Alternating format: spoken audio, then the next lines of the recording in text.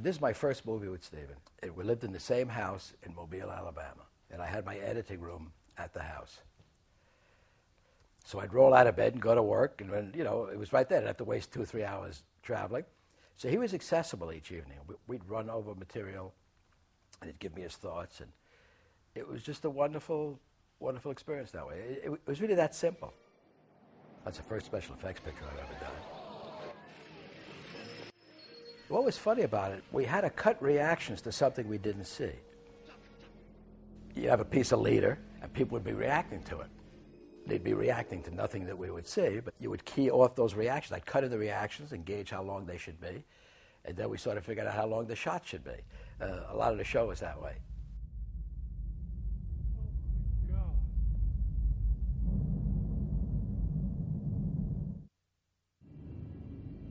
The problem we had with the whole last scene with the ETs, we had all this footage. I mean, thousands of, I wouldn't doubt if we had over 100,000 feet. And we took the rolls and laid it out in the carpet throughout the whole apartment. We had rows and rows of dailies that we've never seen. And what we started doing, we started running every roll. Very patiently, we took notes on every roll of dailies. And then off those copious notes, Steve would say, look, I like this shot, I like that shot, try to do it in this order, try to see what you can do to build it.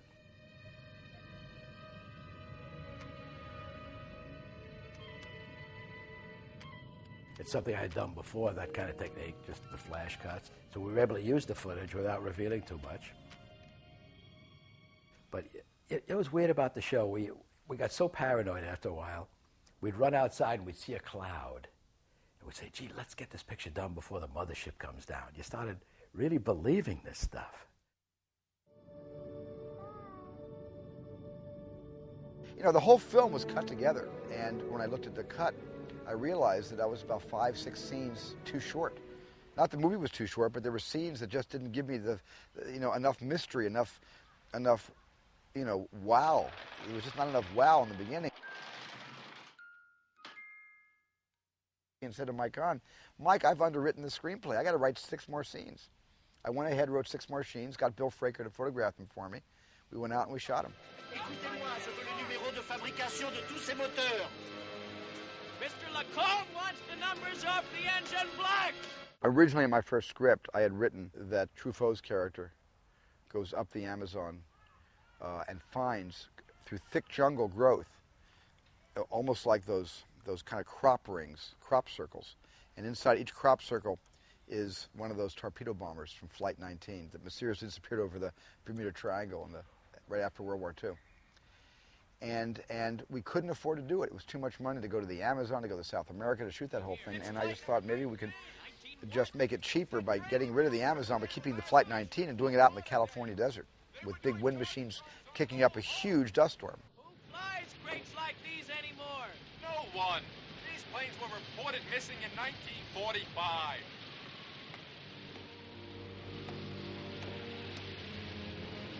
But it looks brand new.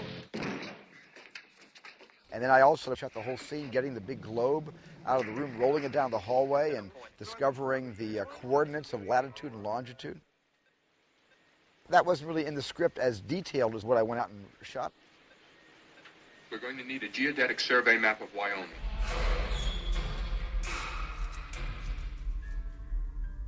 We reshot some inserts of the screws coming up.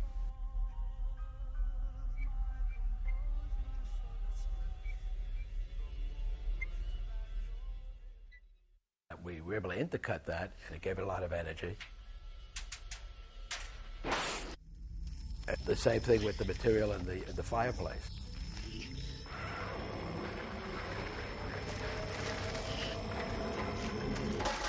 You structure it out, mount it together, see if it works, and make adjustments.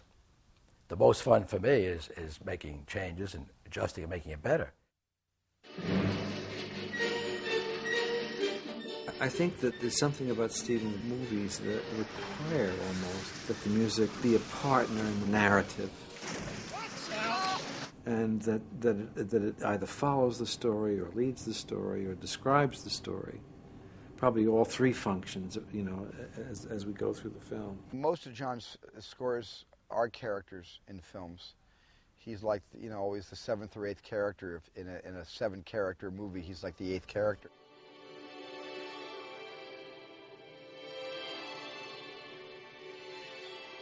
Steven is a dream for a composer because he embraces music. He wants it, needs it, appreciates it, and doesn't feel that he's failed in a particular scene if we have to bring the orchestra into the scene. He's very happy.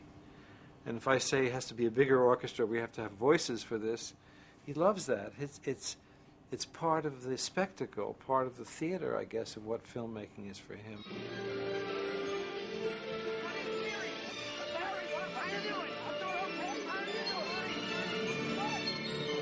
But the music of Close Encounters could be divided into two technical groups, if you like. One is a kind of romantic area, one side of it, where the notes are recognizable as notes and have tonal harmonies.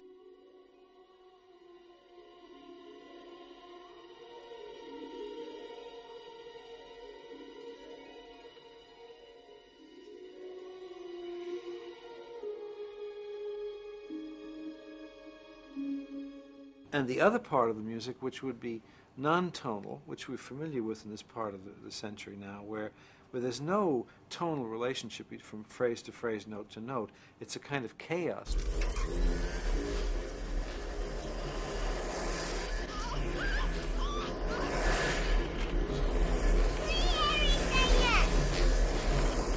And the film demanded both of those approaches, one on top of the other. One scene very tonal, very literal, very concrete, and the other music totally abstract and disassociated in the way the intervals are connected to each other.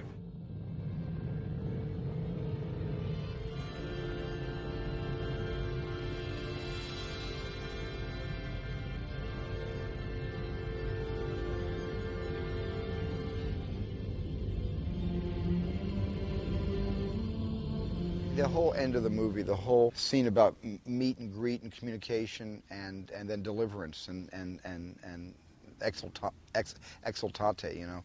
All that is such a great symphony that John has written. It was almost an opera, just a wonderful, emotional opera with a little bit of When You Wish Upon a Star disguised inside some of the notes. And just a beautiful, beautiful, it's one of my favorite scores that John's ever written.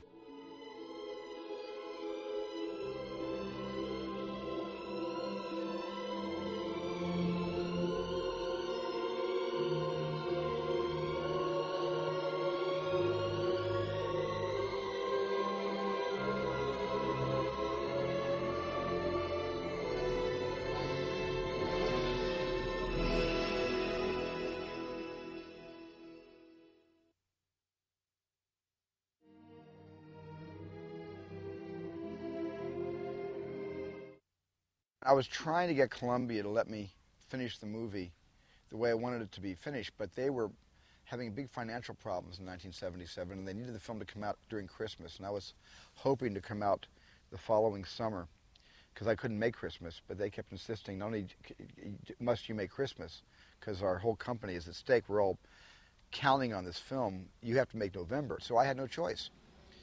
After the film's success, I went back to Columbia a year and a half later. I said, now let me finish the film the way I had always intended to. I want to recut certain scenes, and I want to shoot a few more sequences. And then they said to me, we'll give you the money. It was about $1.5 million to do that for the reissue, if you show the inside of the mothership. Give us something we can hang a campaign on. And so I compromised and had Richard Dreyfuss walking inside the mothership, which I never should have done, because that should have always been kept a mystery, the inside of that ship. Steven, he wanted to have a way of showing that there were a lot of aliens inside the spaceship. And so we created one shot, which we called the alien wall, and basically we made hundreds of little alien figures that were about 1 inch tall, and these were all mounted on little rods and things, and so they could kind of slowly move back and forth, and we photographed them at different rates of speed, just so you'd get the impression that there were thousands of little figures hovering in there.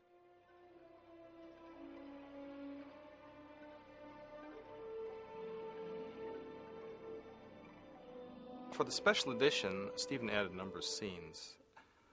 The first scene being the freighter Cotopaxi, which was lost some time ago. The model we actually got did not look like the Cotopaxi, but it was more dramatic looking. And we took that out to Death Valley. Outer Mongolia is where we were going to shoot that, and instead we ended up outside of Los Angeles, 150 miles. It was easier that way. And the way they did the ship in the desert was the way they used to shoot the movie Darby O'Gill and the Little People.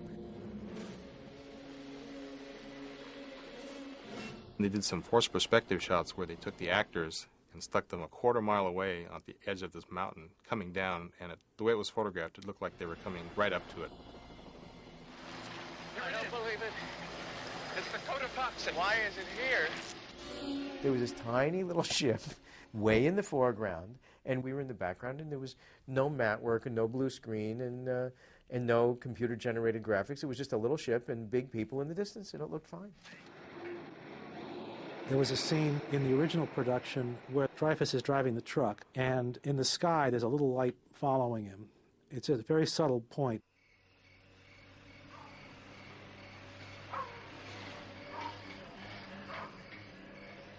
In the special edition, they added that shot where the big shadow goes over the truck.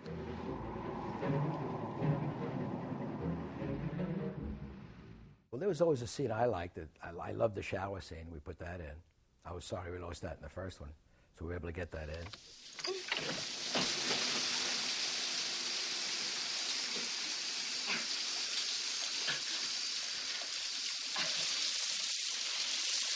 I don't think I know what's happening to me. When we saw Close Encounters of the Third Kind, we wanted more. Now, there is more.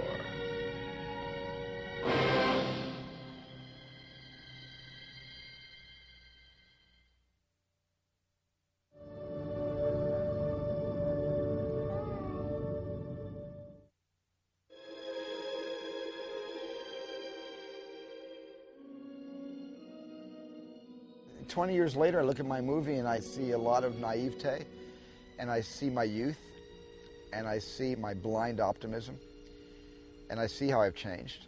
I see how I'm a little less optimistic the older I get, only because I'm dealing with 7 children in a very practical world, with practical decisions and things that have to be done on time. I'm now a movie producer as well as a director, whereas in 1975 or 76 I was just a director, and I was much more idealistic then. So I look at Close Encounters and I see a very sweet, idealistic odyssey about a man who gives up everything in pursuit of his dreams or his obsession. In 1997, I would never have made Close Encounters the way I made it in 1977, because I have a family that I would never leave. I would never drive my family out of house and home and build a papier-mâché mountain in the den and then further leave them to get on a spaceship, perhaps never to return to them. I mean, that was just the privileges of youth. And it was, when I see Close Encounters, it's the one film I see that dates me, that I really look back and see who I was 20 years ago compared to who I am now.